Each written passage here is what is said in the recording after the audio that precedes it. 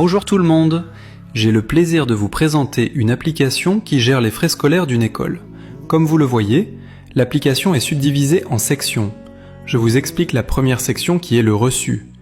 Quand on enregistre l'élève par exemple comme Chani, cet élève aura son ID qui lui permettra prochainement, au lieu de taper toutes ses infos pour payer, on tapera juste son ID et ses infos apparaîtront. Ajoutons d'autres élèves pour bien expliquer la section qui affiche tout ce que l'élève a payé comme frais et ce que lui reste. Parce que parfois je me sens coupable de leur donner la pression à chaque fois. Fils de vaudou mais je cours pas. Nous les domi biamiton à vous coudre et tiro miton mais je sors le grand jeu sans faire d'effort. Précoce c'est grand chez vous et ça. Et tu afin bateau afin non mais ils disent qu'ils veulent tous être à ma place. Voilà moi-même je reste pas sur place. Rendez-vous au sommet ouais là.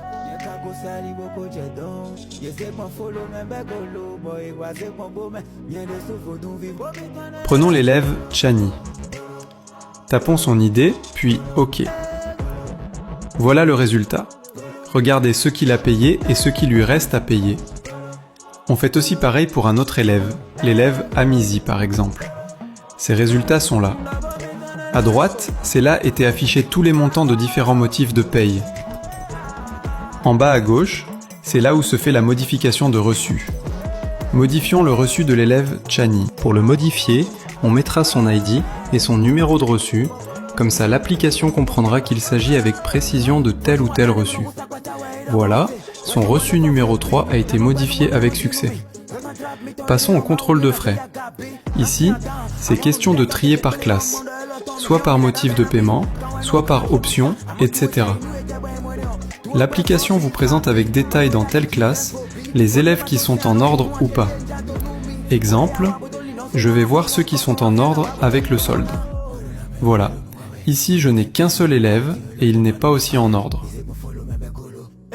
Enfin, chaque année, il faudra mettre à jour l'application. Pour cela, on vérifie d'abord si l'app est à jour ou pas.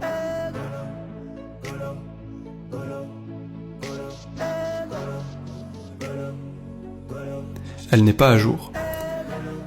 Si on la met à jour, toutes les données de l'année passée seront enregistrées et l'application se réinitialise pour recevoir des nouvelles données. Voilà tout.